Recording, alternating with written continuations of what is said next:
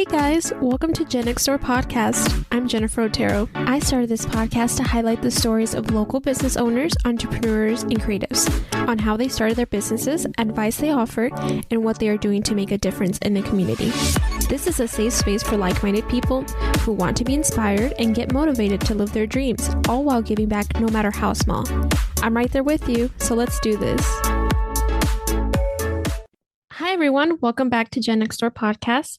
Today I'm talking with Cydnee from Treasured Bottle. She upcycles glass bottles like wine and liquor bottles. So instead of throwing them away in landfills, she gives them a second chance. Hi, Cydnee. I'm glad to have you on today. Hello. It's nice to be here. First of all, can you summarize what your business is? So basically, I get bottles from anybody that doesn't want them. And that can not just specifically be like wine bottles or liquor bottles. I mean, it's really any bottles I can use.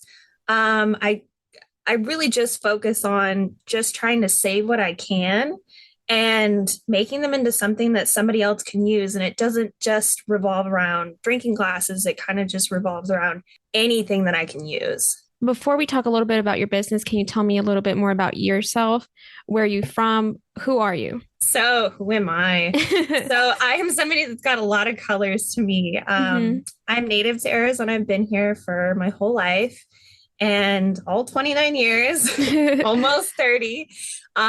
So yeah, I have just tried to, I used to live in Cave Creek, so it was kind of away from everything. Yeah. And then I moved into kind of like Fountain Hills, Scottsdale area. And that opened me up to a lot of like different opportunities and artists and beautiful artwork. I'm a person with a lot of different colors. I get into a lot of interesting things. I like to tinker with things. And I think that's where my passion for this came from. I have a ton of animals. So through this, if you hear some screaming in the background, I've got a lot of parrots. So they like to chime in from time to time. Yeah, I saw that online. I think it was on Instagram. You had your little parrots with you. Yeah. That's so cool. I have a whole zoo in my house. And so I've got 6 parrots. I've got a giant tortoise. I've got like 10 You have fish like a tanks. farm, or like a big area? Yeah, so I live with my parents and my partner. So somebody's always home. So there's always like, somebody taking care of somebody. And I think that's why I'm able to have a business, work full time as well. And then also, have my animals. I grew up on basically a farm with horses and geese and ducks. So. Wow. So growing up, did you have like a dream business goal, or did this just come out of recently? This came out of nowhere, really. I always tinkered with things. I was always I liked painting. I liked sculpting. I was into music for a very long time. I thought I was kind of got to, go to that route. I thought about working for Pixar. Oh, wow. That's different. Yeah. So when the Pixar thing was here, I was actually trying to get in with them when I was younger, but then they moved to California. So then we moved. So, things just kind of changed with time. And then I got into music. So I thought I was going to go into Phoenix Symphony and do that. And then when I graduated from high school, I always said I'd never work in a hospital. I was like, I will never do it. That's not my thing. And I ended up working in a hospital. And so now I am a supervisor of sterile processing for 8 years. Wow. How'd you get into that though? Because I tell myself I would never do that because I just hate hospitals. Yeah. I did the same thing. My mom worked in food service. So that's kind of how I got in.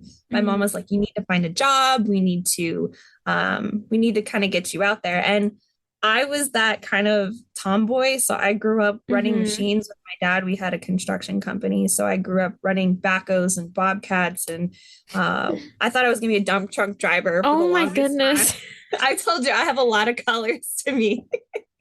So yeah, so my mom's like, you got to get a job. So I decided to get into food service, and I met a lot of people through doing that. I mean, when you're out in the front, you meet a lot of different personalities, and I loved seeing I know what surgeons can do, but I wanted to know how they do it, not just, through their information that they get from school. And I met this girl and she goes, you would be a good nurse. I was like, I can't be a nurse.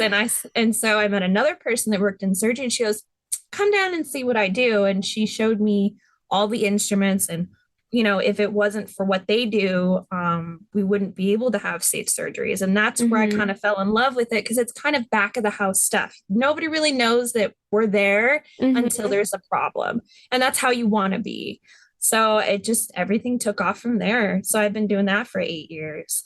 I like that. When you're growing up, some people like know what they want to do since like they were little, and they're like, oh, this is my dream. And they go throughout the whole school system, like knowing what they want. And I've always been the one who didn't know what she wanted to do. And I also had a lot of interest, and I'm like, well, I can't really pick just one. So I feel like you can go into many different directions, and it'll all work out in the end. Like it always does. Yeah. And I always tell people, like, you're going to be where you're supposed to be. Things are going to work out how they're supposed to work out. As the older that I get, the smaller the world gets, and it's nice to make those connections, however they may be. I've met one person just randomly on the street, and 2 years later, I'm like, oh my gosh, I didn't know you did this, and it was they became a big part of my life. So it all depends on what your interests are too. You always change, you grow, and just like music. I love music. I thought I was set for music. And then one day I was like, I don't know if I want to do music anymore. So then I fell into doing instruments, but I still wanted to create. I still wanted to have that outlet for me. Yeah. So that was a big part of things. Just kind of balancing your love and a job, Yeah, it's nice to know you don't have to get stuck in one thing. Like once you learn a skill, like, and then you get tired of it, you can always change to a new job. So you have a full-time job and a side hustle. How are you managing that? It's been a challenge because it is just me, and sometimes I ask for help, from my family, and I think it's hard too to let go of the reins. I think the biggest thing is, like, when you're starting something up, you want to have full control over every single thing you do, whether it's creating the idea to making the item to packaging to shipping to talking to your customers. And you have to like learn to balance all those things and learn to let go of just like, it'll be okay, it'll work out. So you really just got to time manage. And it's great because I've learned to time manage since I started my full-time job, which is, I think, really helped me doing this. But it starts slow. You just have to keep working. I mean, there's so many nights where you're staying up late, you want to create, but you also have to pull back and kind of stand outside your bubble and look in and go, what can I change? How can I make myself not less stressed? That's a huge thing. You have to learn to let things go. You can be so tired, and that is so hard. And it's so hard to just be like, okay, I gotta walk away. I will come back tomorrow and it will work itself out. It's really hard as somebody that has a passion for anything to be able to do that. So it's definitely a balance you have to teach yourself. Yeah, I get that. No, like literally this week, I have been struggling with this email for my podcast. Like I want people to subscribe to my emails, but I'm having a hard time like connecting everything.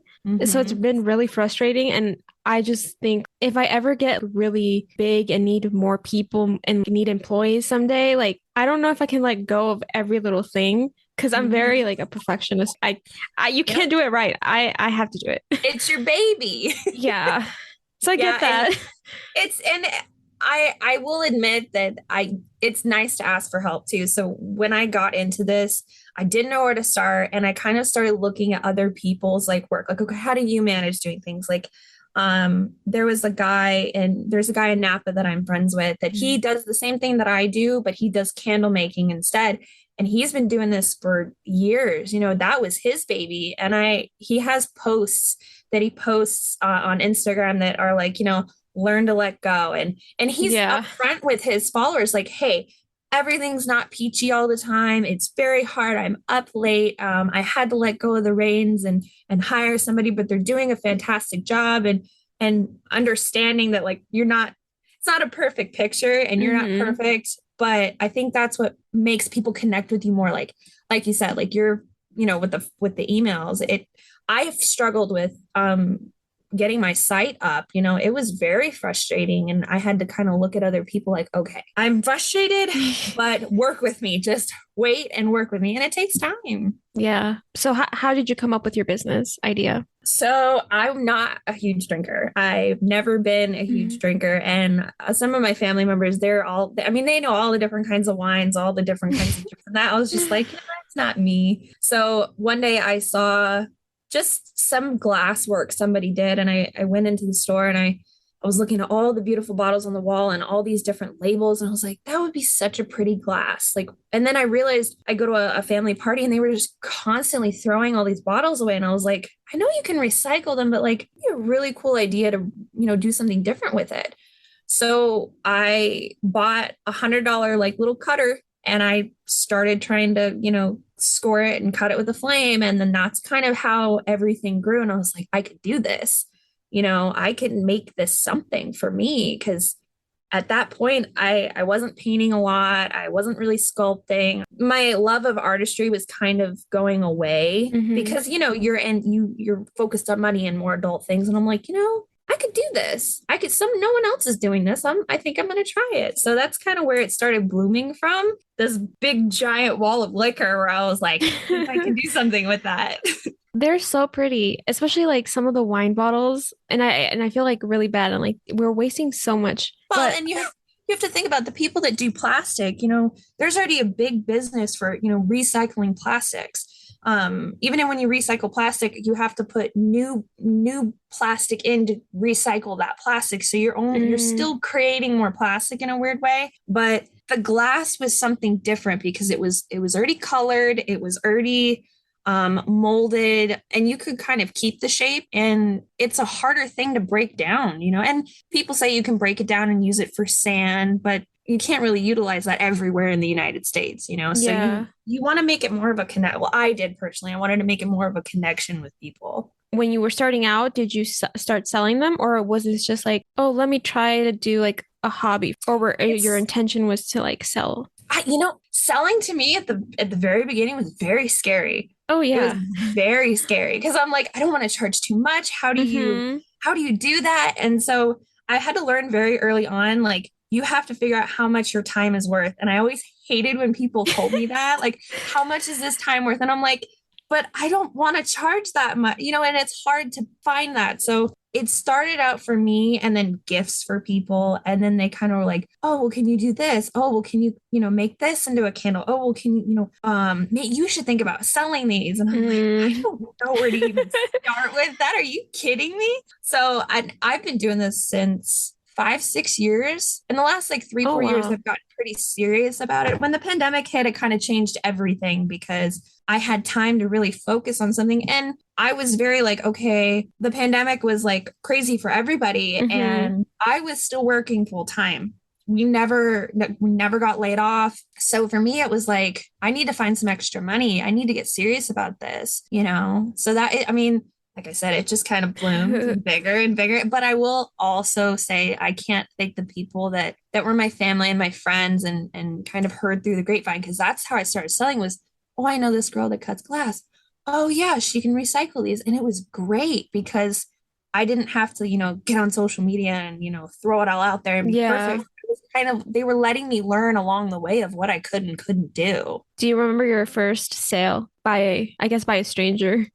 I do. And they still have it. It was somebody I work with. And my big thing at the time before I really started cutting glass was, it's way back in my Instagram stuff, and it's a big bottle. And I took a picture and covered, kind of the middle of the bottle and put twine all the way around it and drilled a hole through the bottom and created a lamp. Yeah. And so it was so cute. It was so darling. And I think it was Cardinals. They wanted a Cardinals thing because it was football season and their dad wanted it. And so they're like, I heard you do this. Do you think it's possible you could create a lamp? And I was like, I can try.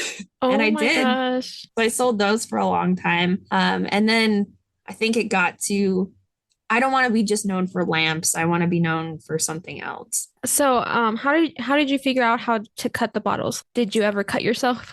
I did. And man, did I learn. And it was in the last, I think, 2 years. And I had never cut myself it was just, and like I said, I didn't walk away when I heard the voice in my head going, "You're tired. You need to like come back to this." And I didn't listen. So I started by taking like a little cutter and you score the glass sideways, and then you run a candle underneath it and it kind of cracks it, like heats it up. Then you dip it in water and it's supposed to separate. Well, with my background in running machines, and I would help, my dad used to make boat props. So I kind of learned to cut metal, stuff like that early on. And so we had all these, tools in my garage, and I was like, "Can I do this?" So then we started talking. He was like, "Yeah, you could do it." So we just started trying other things. And the more people wanted, "Oh, I want a set of four glasses. I want a set of six glasses. I want, four candles." It took longer and longer for me to do that process of scoring. So that's when I switched over and bought a wet tile cutting saw with a special blade on it. And with some help of some friends, we kind of just started, okay, all right, let's do this. We're getting bigger and bigger. Like, let's just try it. So that's just kind of where it started. How expensive is the cutter? So I think it was like $500-$600. I have a like couple different processes I go through. So I've got the tile cutting saw with a diamond bit blade on it. And then you'll have like a wet grinding wheel, which also is diamond coated to kind of smooth that glass down so it doesn't cut anybody. And then I've got another bench grinder that kind of rounds the edges of the glass to make it where you can drink out of it. It won't cut your mouth. It looks cleaner. And then another polishing wheel, which I use red rouge on it. And the red rouge actually came from my mom because she used to cut stones for jewelry. Okay. I kind of took it from every little place I could get it to kind of make, the best, shiniest product I could. So you go through all those processes for that one bottle. And then I also have to check it through every process. I have to check it for cracks. So after it's like, okay, all done, polished, it's like all dirty, I go and hand wash it in my kitchen sink and like make it clean. I put it into my dishwasher for like a sterilized, just a sterilization cycle to make sure it's clean, all the glass and stuff off of it. And then, wipe it down, dry it, and then start packaging it. It's all me. Oh my goodness. Yeah. So where do you get the bottles from? So they're donated. All of mine are donated. There are a few times where I have to go out and like buy a specific like bottle. You know what I mean? Like I'll tell somebody, yes, I can do it. And then they'll give it to me and I don't have, I've run out of backups. And that's very rare cases because I can kind of find them anywhere in the valley. People are always willing to donate. And very rare cases, I'll go out and buy, the shot glasses to replace what I broke. So I have maybe like a 10 to 12% breakage because glass, I always say, has a mind of its own. Yeah, it likes to I bet. It does. They're all different and they all have personalities, believe it or not. Do you sell only online or is it in person? I want to start doing it in person. I really do. It's just finding the time to do it. I've been wanting to do, art fairs. We have a First Friday that's over here that everyone keeps say you should do First Friday. Everyone's like, you need to do First Friday. And I'm like, I know, I just don't have the time. And the big thing was too, I have them online. So what is online is what I have. And I was always keeping up with it. And then I didn't have time to make these backups, for consignment stuff to be able to take out to shows, that. So that was kind of in the last year, that's been pretty, I'm trying to focus on. So anytime I'm not filling an order, I'm kind of like, okay, what can I create that's unique? And I have started to do bottles that take me a little bit longer. It's not just cutting bottles and doing all the processing being done. I'm taking it an extra, one more step and trying to save as much of it, if not all of it. That's awesome. Of every bottle. So what kind of bottles are the most popular? Oh, so Grey Goose. It's my Grey Goose shot glasses. Like that Grey is like the thing. Everyone loves those. Tito shot glasses are a big thing. A lot of it's for parties. I mean, like I said, and it's great for me because Grey Goose in general is this glass is softer. So I can do it a lot faster. The turnover rate is a lot faster than other types of classes. But yeah, it really just depends on the person. But for people that are like in Louisiana and Florida, they like their spirits. They like their spirits bottles. And I also have a lot of clients reaching out to me that want bottles that have come from family members that have passed away. Like, hey, this is a Jack Daniel's bottle. Do you think you can cut it and save it and send it back? I just did one of those recently. Oh, okay. I was gonna ask, like, do people like ask if they can use their own bottles? So they just mail it back to you? Yep. And then you said Florida and Louisiana. It's like a Georgia. So it's like all around the US. Oh yeah. My biggest order, let me tell you how stressed I was. Okay. I sent it to Europe, actually. Oh, wow. Whoa, it was a really expensive order. And did you charge extra? Because that could be expensive. Yeah. So they were Don Julio 1942s, which are also very, very popular. Especially 2 sets of those are really popular, but they are hard to get a hold of. So when I have them, I kind of say I have a set of 6 and they're gone. So you kind of have to like tell me if you want them. And then I got to kind of scour them out for people that, are willing to donate those because they're not cheap bottles. So I sent a set of 4 of those to Europe. And I was so nervous because the shipping was so expensive because I was willing to take, a little bit of a hit on how heavy the package was if it would just make it there, because it takes. Yeah, it's also very fragile. Yeah. And I don't care what anyone says. And when they ask you, is it fragile? I'm like, yes, it's fragile, but it doesn't really matter. No. So, but I will say the best advice I've gotten from people that ship glass is like, put your stuff in a box and then put that box in a box. So that like helps. Put a bunch of stuff in it. And then a box.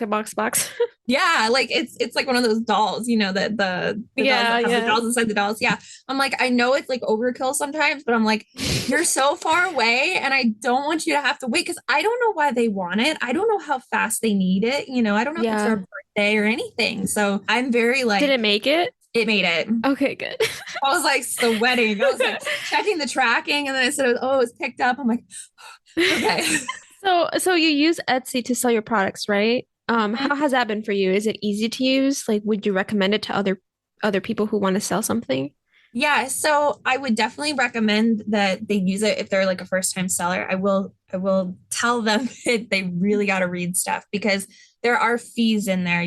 They charge per listing. They charge ads, and the algorithm can be funny. I know, for a good example, I was going to go away on vacation for a little while. And I was going to put my shop on they call it vacation mode. Don't do that. I can tell people just make your order processing time a couple weeks later, because what it does is the algorithm will change. And if you are getting all these orders, and it's like starting to be, let's say Christmas time or, the holiday season, all that stuff you've built and you got into the algorithm, you basically just shut it off. And so now you have to wait for your algorithm to catch you again. And it could be months, weeks, days.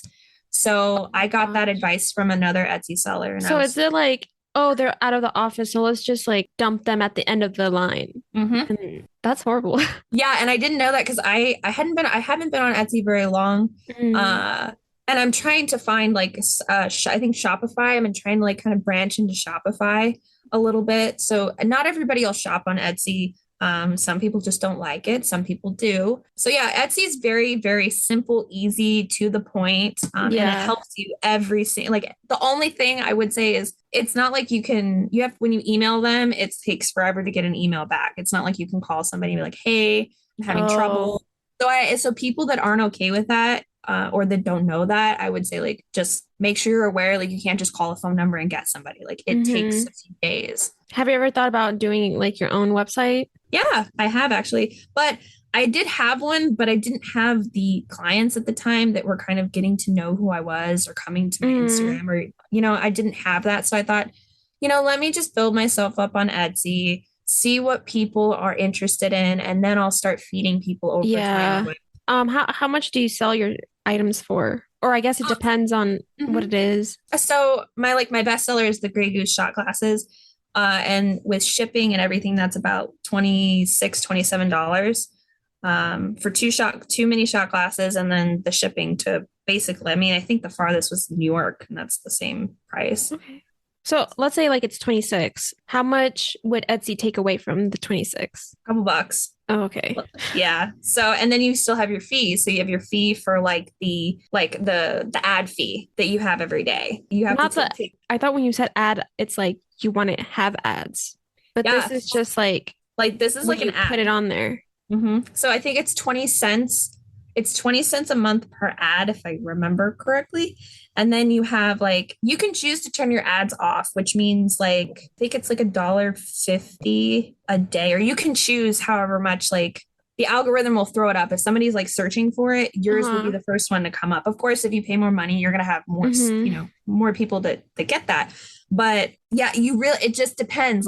Some listings that do better than others. I will put the Grey Goose, or all my shot glasses are on a higher tier payment. So I think it's $1.50 a week, or $1.50 a day. It just kind of depends, and you can change it. You can also take the ads off too completely. You do not have to do that, but you run the risk of not getting seen on that algorithm.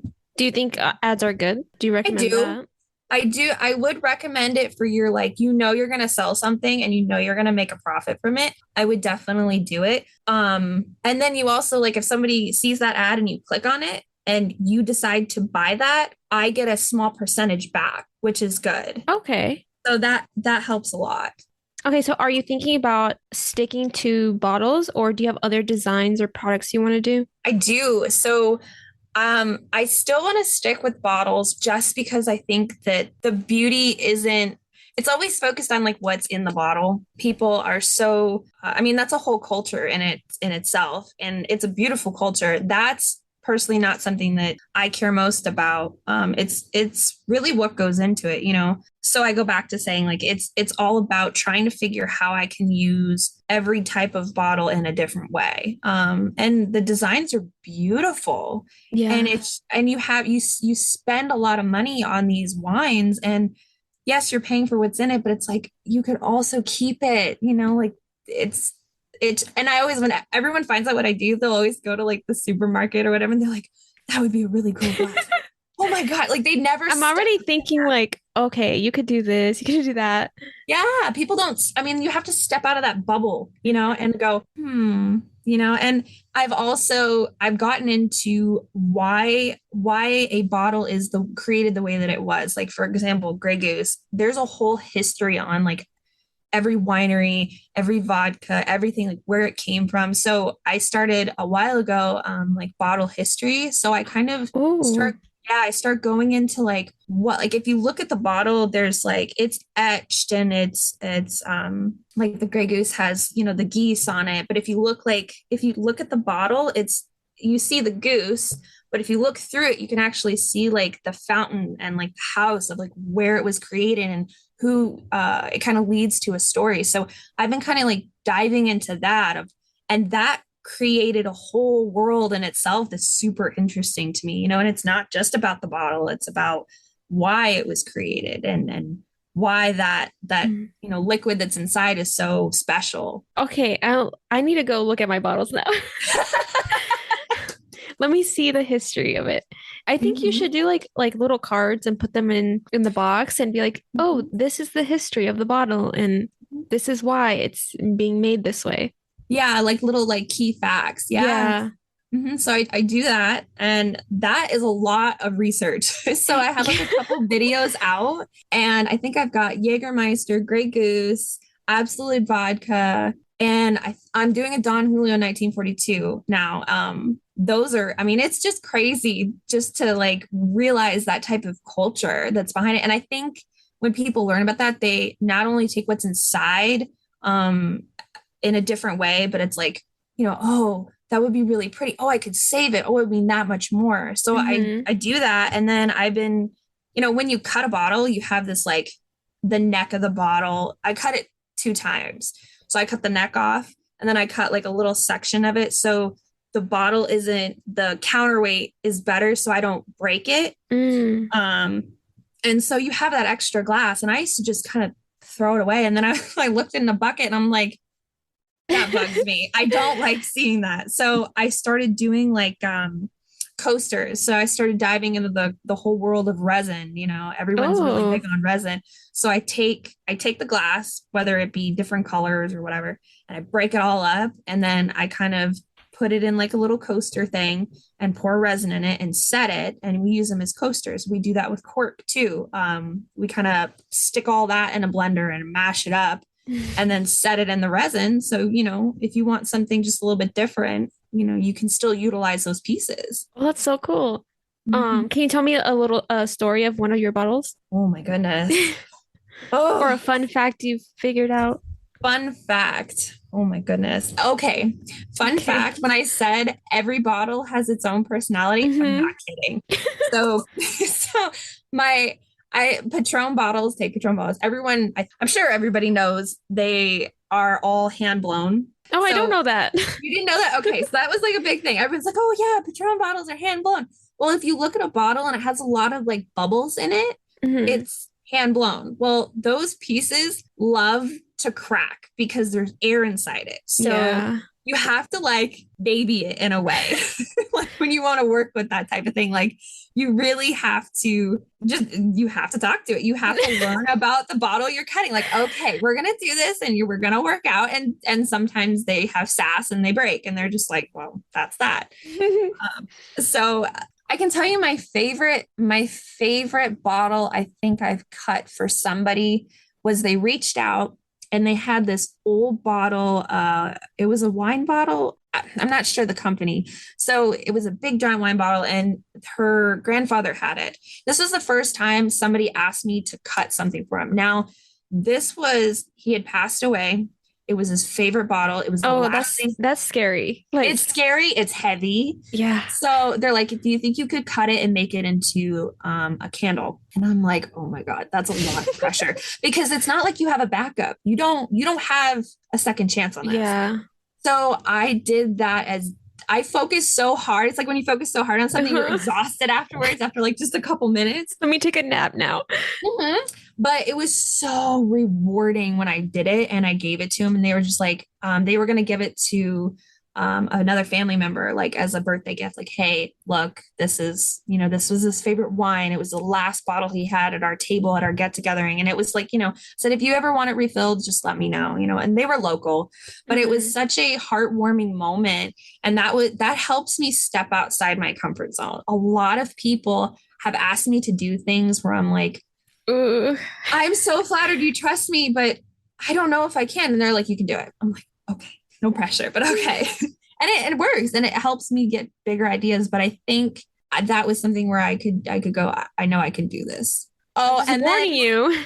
yeah, and I have to tell and explain people like they think I'm crazy when I'm like, no, every bottle has its own personality. It does what it wants to do, even though like there's the same type of bottle, it can just be made just a tiny bit differently, and it happens. So I I believe have to that. I Yeah. have to explain to people like, hey, there is a chance if you're willing to take the risk, great. A lot of the times if they ship it from like let's just say New York, they're like, okay, Hmm. yeah, I want this cut, ship it from New York. So they ship it to me and I look at it and I'll tell them before like that's a higher risk. So the thinner the glass is and the older the bottle is, the higher priced I price it at because you have a higher risk of cracking. Now, if it's like a heavier bottle, like if you go in and like pick up like a dark red wine, sometimes you can feel that weight of the bottle.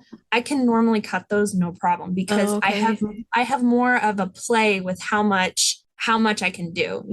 Hmm. It's just nicer to do it that way. So I'll tell them, hey, yeah, go ahead and ship it. But I tell them if it happens and it breaks, I will refund you your money, that you paid for the Yeah. bottle. The shipping is obviously on them, but I have done that a couple times, and people have said, okay, no, like I don't want to risk it. I really appreciate it, and they just stick it away. Others are like, no, I want to do it. So I'm thankful they take a risk, but at the same time, I'm like, please understand. So I've been very grateful for the people that have done that because it means that much more to them because they can still save it. And then it means that much more to me that I could be able to do that for them. So, where do you get your entrepreneurial spirit? Oh my goodness. I Because not know. many people could do it usually, which is fine, but some people are just like stuck in, 9 to 5. I think with how social media is being is you want to be a part of it so much, and you want to be creative and get your name out there Hmm. and go, I'm different. Look at me. I as much as I want to do like, the big TikToks, which I have a TikTok account, but like I said, it's mostly for like bottle history, like little things. It's hard for me. I just pick and choose where I kind of place myself on social Yeah. media because it's when you're flooding it all the time, sometimes it gets old. I've seen you cut that bottle. Oh, I've seen that bottle, but when you kind of disappear for a while, and you're kind of creating behind the scenes and then you stick yourself on there, like I'm like, hey guys, I have like 6 new items up in my shop, go check it out, and I've got a video. I can kind of like step back again and kind of let Hmm. people do what they want to do. So I think that's where I drive it. Conversation too is a big thing. So, and it's really just getting to know people. A lot of people don't even know that this is a thing. Like they Yeah, have I no didn't idea. know until I saw you. I'm like, well, I did see some, but I just didn't think about it. Like, oh, Well, someone's actually cutting it mhm. from recycled stuff. Yeah, now don't get me wrong, a lot of trials and errors. Yeah. Like I said earlier, like I've cut the tip of my finger off before, and Oh my I've God. I have learned. And everyone always says like, why don't you wear gloves when you cut? I'm like, I'm safe. I wear a respirator. The problem personally for me is you have to, for me, and it could be different for other people, when I'm cutting something, there's a vibration to that glass. When the saw almost like kind of kicks back, you like, I'm not going to go through. You have to learn to ease up. And for me, it's harder to feel that. So I Yeah. think I'm able to save more bottles that way. I have tried to cut with, gloves and, the ones that kitchen people use, like that you can't cut yourself with or cut through. I've tried to use those and it's just not the same.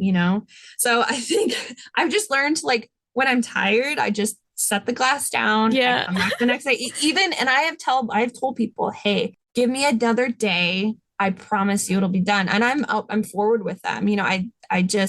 I've learned to be like, hey, this is what's going on, and kind of connect with them, communicate a little bit better, because I learned early on, like, just you're going to max yourself out by doing that. So just be Yeah. open and honest. No, at work during like COVID, we had to have gloves.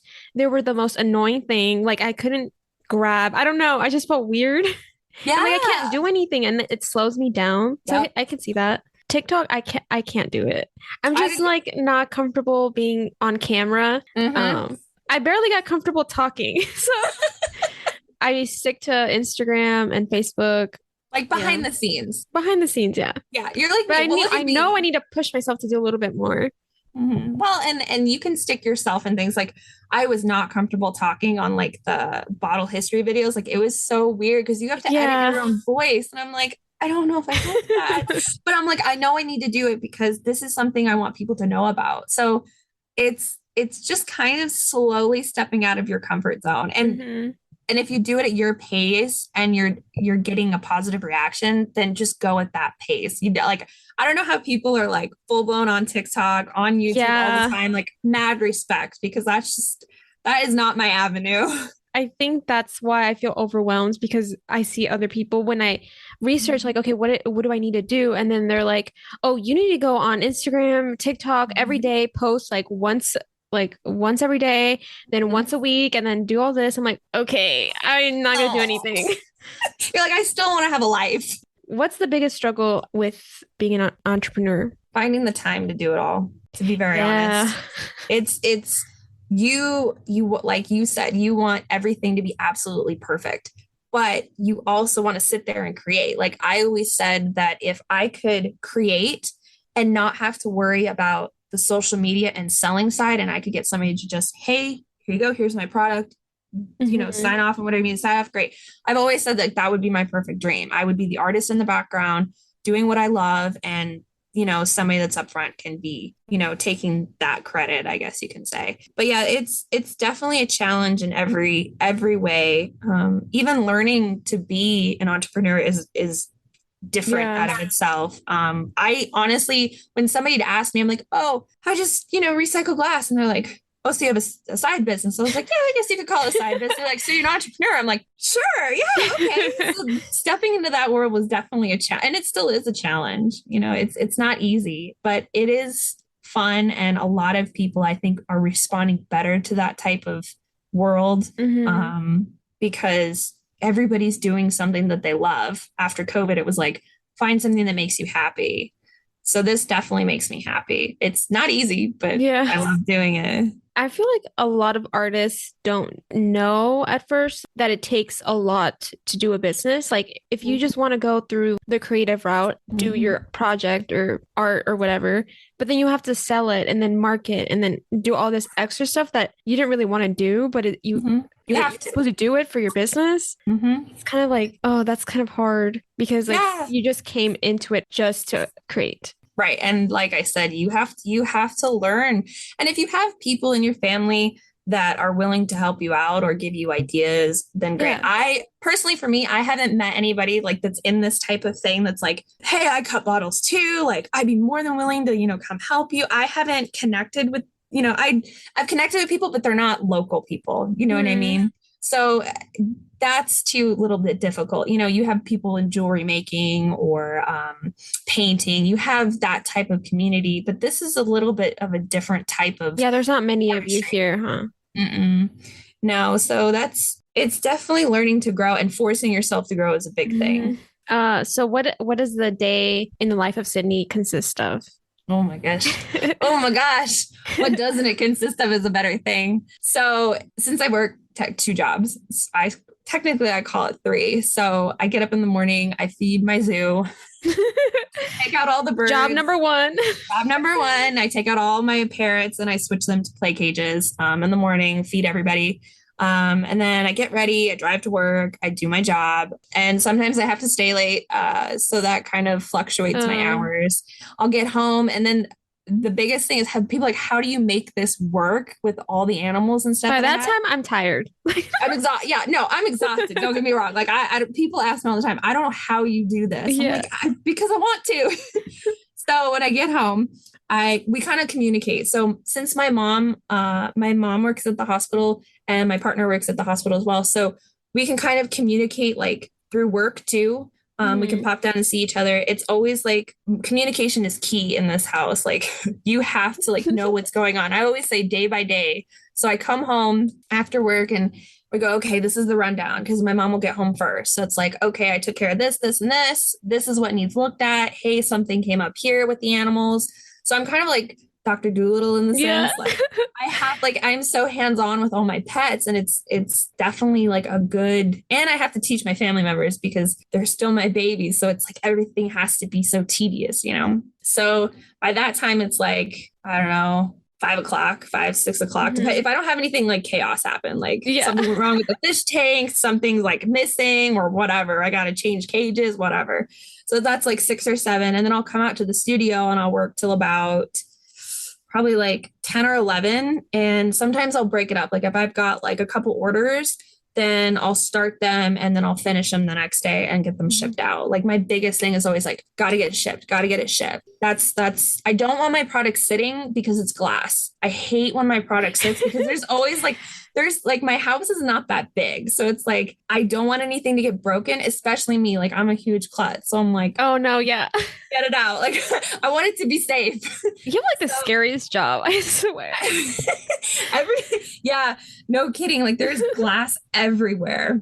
So then I just get in bed and I just do it all over again. And even weekends, I kind of like put aside for family or errands and mostly animals. So it's always like I call it take changing day because I have salt water and fresh water. So that's like a big to do.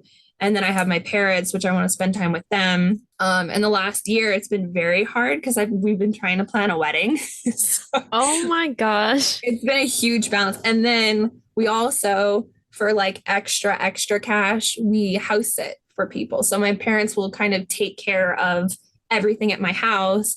And then me and my partner will, they will stay a night or 2 at somebody's house to watch their dog and make sure they're okay. And then I'll come home and fill an order and then I'll go back, so I'm always constantly moving, and then I still have work. So I'm going to work it's a full time. I work. Wait, let's talk about your wedding. Yeah. Like wedding. When are you doing the wedding stuff? Okay. In the middle of it all, like in between all my glasses, I'm like doing my own, like, it's like succulent themed. So I've got like artificial succulents all over my studio. So it's like wedding stuff mixed in with bottles. That's crazy. Yeah. So I get married on November 3rd. Oh, that's coming up. Yeah. And then on November 10th, I turn 30. You got a lot going on. Mm-hmm. Considering like this fierce competition in today's like world, how do you highlight your business's competitive advantage? Like what makes you stand from the crowd? So I've been collecting like bottles that have really unique labels on them. And I'm like, I don't want to cut those because I can cut them and send them. But like, if you wash them, the label's going to be ruined. So you're not going to be able to keep that beautiful design forever. So I started sealing them. So now they're dishwasher safe. So even some of the shot glasses, the Tito's, those right now are the only ones that are officially dishwasher safe. And then I have a few ones with really cool labels. I've been getting a lot of Marilyn Monroe ones from like the 1990s. And I'm waiting to get a few of those and then putting the resin on them. The only thing I have to worry about is how the resin reacts with the labels, because resin's oil. So that also has been kind of a learning curve. But man, they're beautiful. Sometimes I hate parting with them because they're so pretty, So that's the way that I curve my edges on my glass. I'm super picky about. It's got to be smooth. It's got to have that curve all the way around, and then separating the resin from regular stuff. And it's all like food safe and everything. It's all in the little details. It is. Yeah. And like I said, it's finding that little thing that's different. A lot of people can cut glass. You could cut glass. Oh, I could teach you. I don't think so. Yes, you could. I could teach anybody to cut glass. It's what makes it you. You know what I mean? Yeah. And for me, I want to save that art that they put on that bottle for a reason, because some people, you have your favorite drink. Everyone's got their favorite drink, whether it be beer, even guys, they have their favorite beer.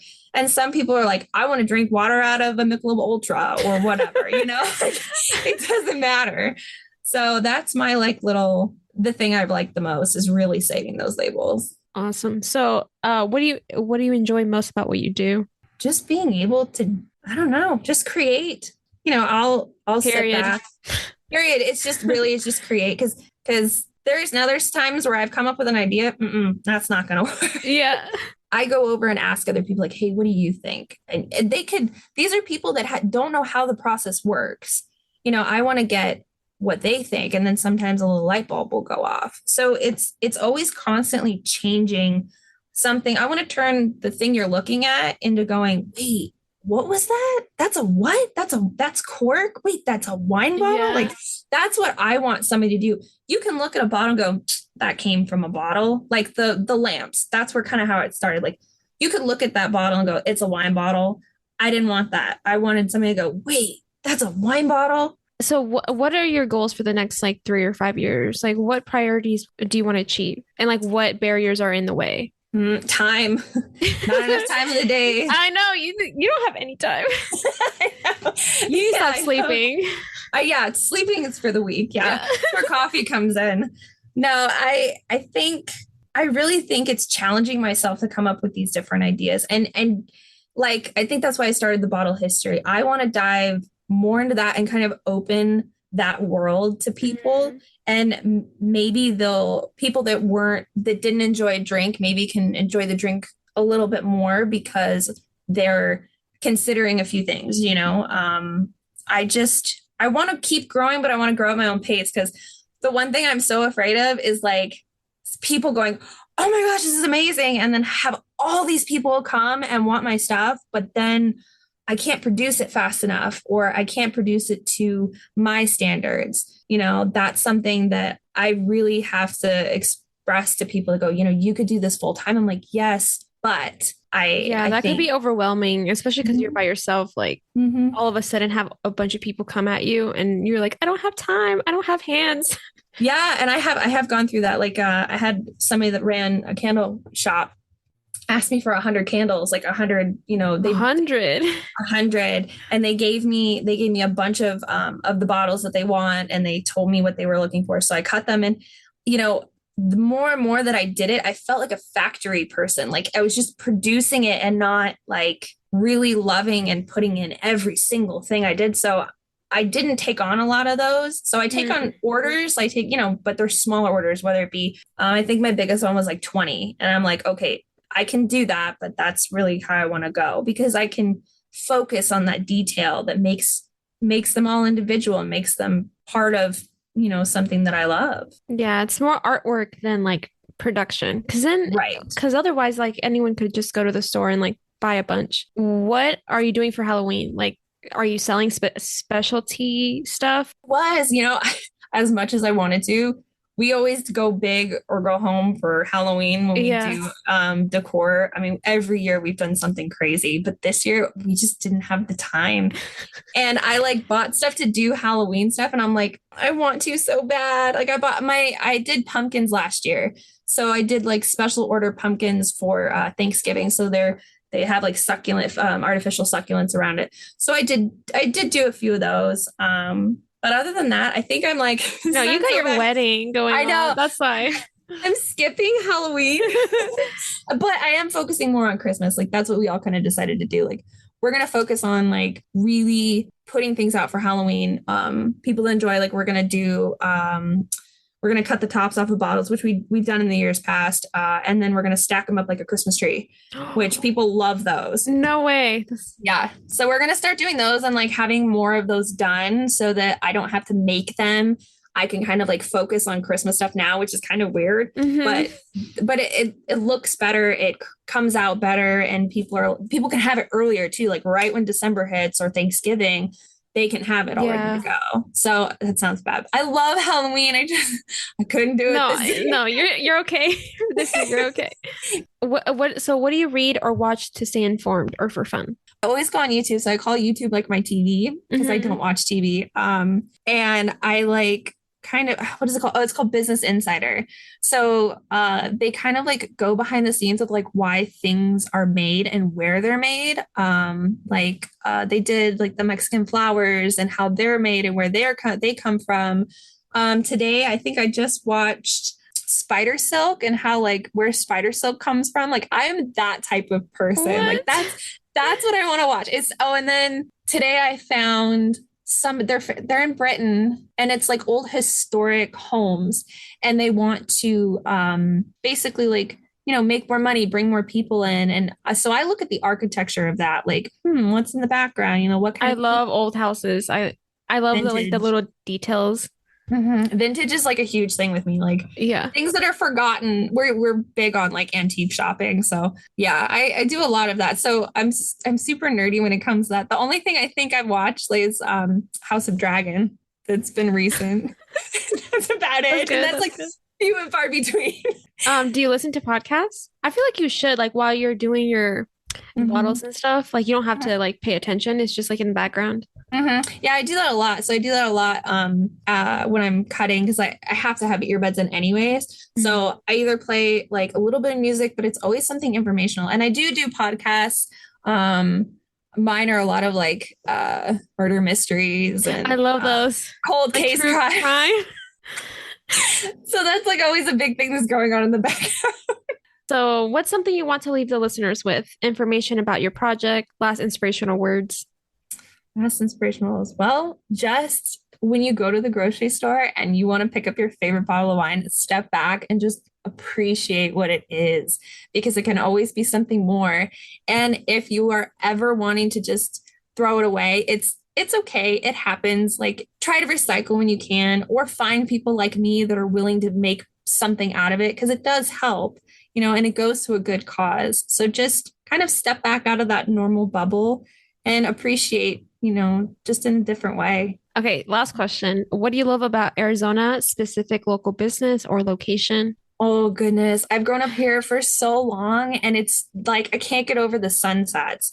Oh my God, they're the best. They're the best. And when I lived in Cave Creek, that's the one thing I miss the most is the sunsets. But people that are in Scottsdale, they always paint the sunsets. And I love seeing just what different people capture, because every sunset's going to be different and every artist that paints it will be different. So I really appreciate people that do big paintings. I love the Western style. We're a Western family. So I love going up to Flagstaff. We love going up to Sedona, just kind of getting away. We love to hike. Hiking's the thing when it starts to cool down. Like when it starts to cool down, we're like, okay, let's go. Yeah, when it's like 80, it's like, oh, it's kind of chilly. Yeah, I did that this morning when it started raining. I was like, oh, okay, I need a jacket. Oh, Christmas is coming. Mm-hmm. Okay, well, thank you so much for talking with me today. Yeah. And I look forward to seeing more of your items and stuff. Hopefully you can get bigger once, you have free time. I know. I'll manage little bits at a time. And I hope you have fun in your wedding. Yeah, I think once after the wedding's done, I think I'll be able to have way more time. All right, well, thank you so much.